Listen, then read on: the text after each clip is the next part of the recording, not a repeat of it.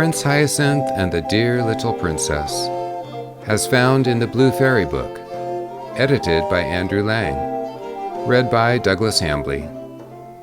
Once upon a time there lived a king who was deeply in love with a princess, but she could not marry anyone because she was under an enchantment. So the king set out to seek a fairy and asked what he could do to win the princess's love. The fairy said to him, "You know that the princess has a great cat which she is very fond of. Whoever is clever enough to tread on that cat's tail is the man she is destined to marry." The king said to himself that this would not be very difficult, and he left the fairy determined to grind the cat's tail to powder rather than not tread on it at all. You may imagine that it was not long before he went to see the princess, and Puss, as usual, marched in before him, arching his back. The king took a long step, and quite thought he had the tail under his foot, but the cat turned round so sharply that he only trod on air. And so it went on for 8 days, till the king began to think that this fatal tail must be full of quicksilver. It was never still for a moment. At last, however, he was lucky enough to come upon Puss fast asleep, and with his tail conveniently spread out. So the king, without losing a moment, set his foot upon it heavily. With one terrific yell, the cat sprang up and instantly changed into a tall man, who, fixing his angry eyes upon the king, said, "You shall marry the princess because you have been able to break the enchantment, but I will have my revenge. You shall have a son who will never be happy until he finds out that his nose is too long. And if you ever tell anyone what I have just said to you, you shall vanish away instantly, and no one shall ever see you or hear of you again." Though the king was horribly afraid of the enchanter, he could not help laughing at this threat. "If my son has such a long nose as that," he said to himself, "he must always see it or feel it, at least if he is not blind or without hands." But as the enchanter had vanished, he did not waste any more time in thinking, but went to seek the princess, who very soon consented to marry him. But after all, they had not been married very long when the king died, and the queen had nothing left to care for but her little son, who was called Hyacinth. The little prince had large blue eyes, the prettiest eyes in the world, and a sweet little mouth, but alas, his nose was so enormous that it covered half his face. The queen was inconsolable when she saw this great nose, but her ladies assured her that it was not really as large as it looked, that it was a Roman nose, and you had only to open any history to see that every hero has a large nose. The queen, who was devoted to her baby, was pleased with what they told her, and when she looked at Hyacinth again, his nose certainly did not seem to her quite so large. The prince was brought up with great care, and as soon as he could speak, they told him all sorts of dreadful stories about people who had short noses. No one was allowed to come near him whose nose did not more or less resemble his own, and the courtiers, to get favor with the queen, took to pulling their babies' noses several times every day to make them grow long. But do what they would, they were nothing by comparison with the prince's. When he grew sensible, he learned history, and whenever any great prince or beautiful princess was spoken of, his teachers took care to tell him they had long noses. His room was hung with pictures, all of people with very large noses. And the prince grew up so convinced that a long nose was a great beauty that he would not on any account have had his own a single inch shorter. When his 20th birthday was past, the queen thought it was time that he should be married. So she commanded that the portraits of several princesses should be brought for him to see, and among the others was a picture of the dear little princess. Now she was the daughter of a great king, and would some day possess several kingdoms herself. But Prince Hyacinth had not a thought to spare for anything of that sort. He was so much struck with her beauty. The princess, whom he thought quite charming, had, however, a little saucy nose, which in her face was the prettiest thing possible. But it was the cause of great embarrassment to the courtiers, who had got into such a habit of laughing at little noses that they sometimes found themselves laughing at hers before they had time to think. But this did not do at all before the prince, who quite failed to see the joke. and actually banished 2 of his courtiers who had dared to mention disrespectfully the dear little princess's tiny nose. The others, taking warning from this, learned to think twice before they spoke, and one even went so far as to tell the prince that, though it was quite true that no man could be worth anything unless he had a long nose, still, a woman's beauty was a different thing. And he knew a learned man who understood Greek and had read in some old manuscripts that the beautiful Cleopatra herself had a tip-tilted nose. The prince made him a splendid present as a reward for this good news, and at once sent ambassadors to ask the dear little princess in marriage. The king, her father, gave his consent, and Prince Hyacinth, who in his anxiety to see the princess had gone 3 leagues to meet her, was just advancing to kiss her hand when, to the horror of all who stood by, the enchanter appeared as suddenly as a flash of lightning, and snatching up the dear little princess, whirled her away out of their sight. The prince was left quite unconsolable, and declared that nothing should induce him to go back to his kingdom until he had found her again, and refusing to allow any of his courtiers to follow him, he mounted his horse and rode sadly away, letting the animal choose his own path. So it happened that he came presently to a great plain, across which he rode all day long without seeing a single house, and horse and rider were terribly hungry, when, as night fell, the prince caught sight of a light which seemed to shine from a cavern. He rode up to it, and saw a little old woman who appeared to be at least 100 years old. She put on her spectacles to look at Prince Hyacinth, but it was quite a long time before she could fix them securely, because her nose was so very short. The prince and the fairy, for that is who she was, had no sooner looked at one another than they went into fits of laughter, and cried at the same moment, "Oh, what a funny nose!" "Not so funny as your own," said Prince Hyacinth to the fairy. "But, madam, I beg you to leave the consideration of our noses, such as they are, and to be good enough to give me something to eat, for I am starving, and so is my poor horse." "With all my heart," said the fairy.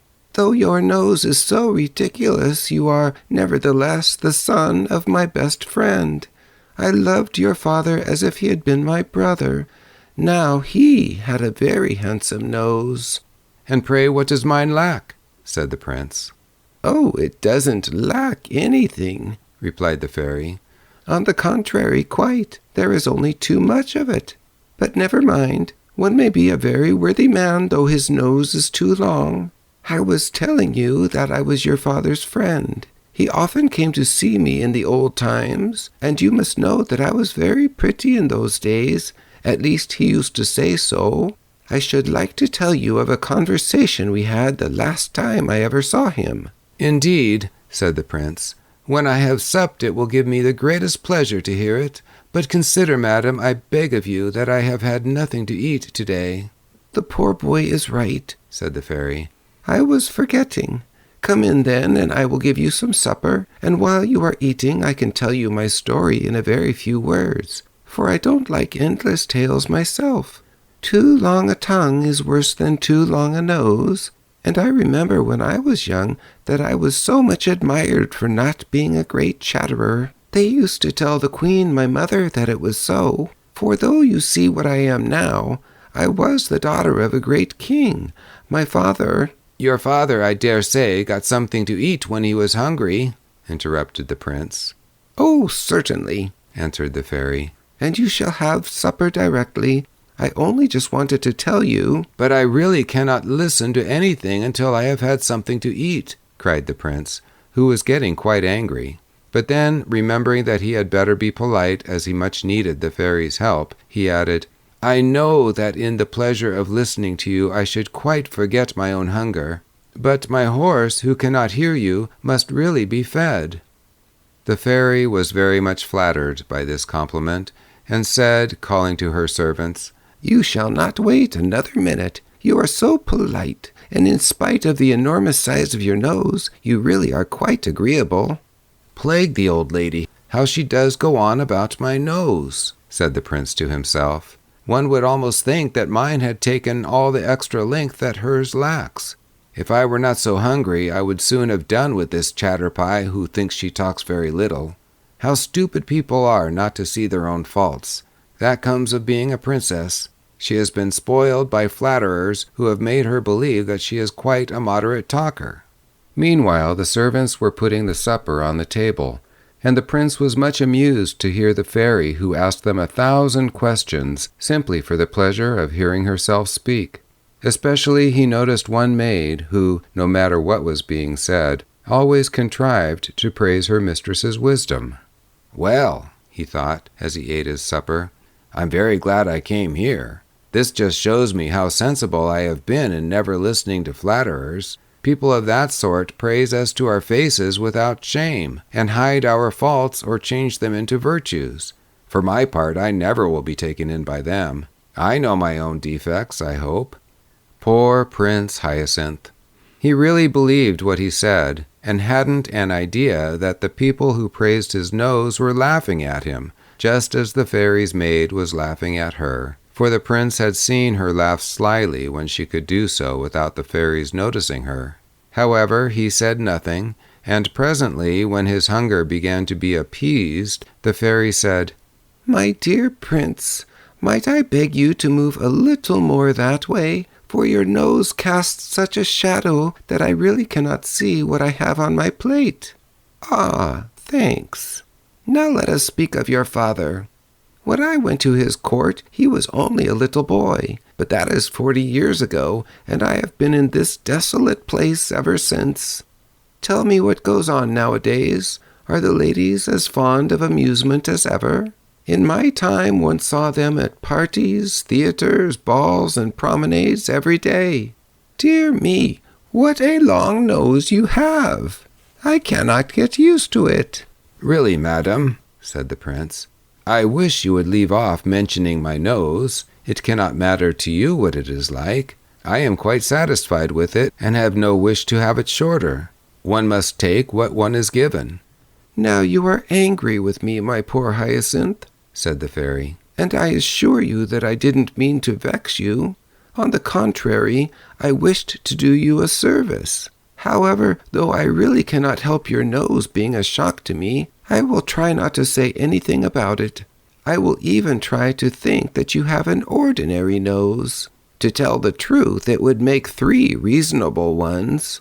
The prince, who was no longer hungry, grew so impatient at the fairy's continual remarks about his nose that at last he threw himself upon his horse and rode hastily away. But wherever he came in his journeys, he thought the people were mad, for they all talked of his nose, and yet he could not bring himself to admit that it was too long. He had been so used all his life to hear it called handsome. The old fairy, who wished to make him happy, at last hit upon a plan. She shut the dear little princess up in a palace of crystal, and put this palace down where the prince would not fail to find it. His joy at seeing the princess again was extreme, and he set to work with all his might to try to break her prison. But in spite of all his efforts, he failed utterly.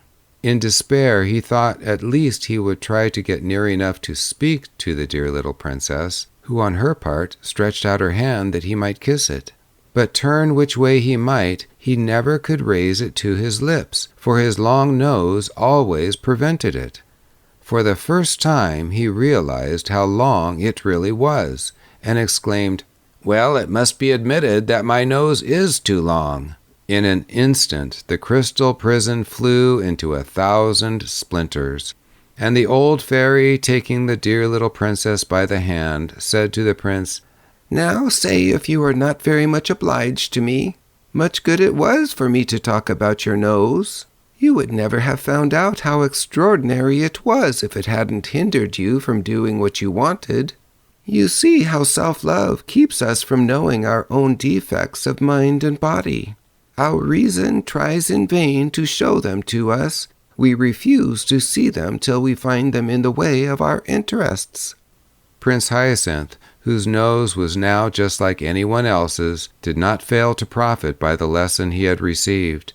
He married the dear little princess, and they lived happily ever after.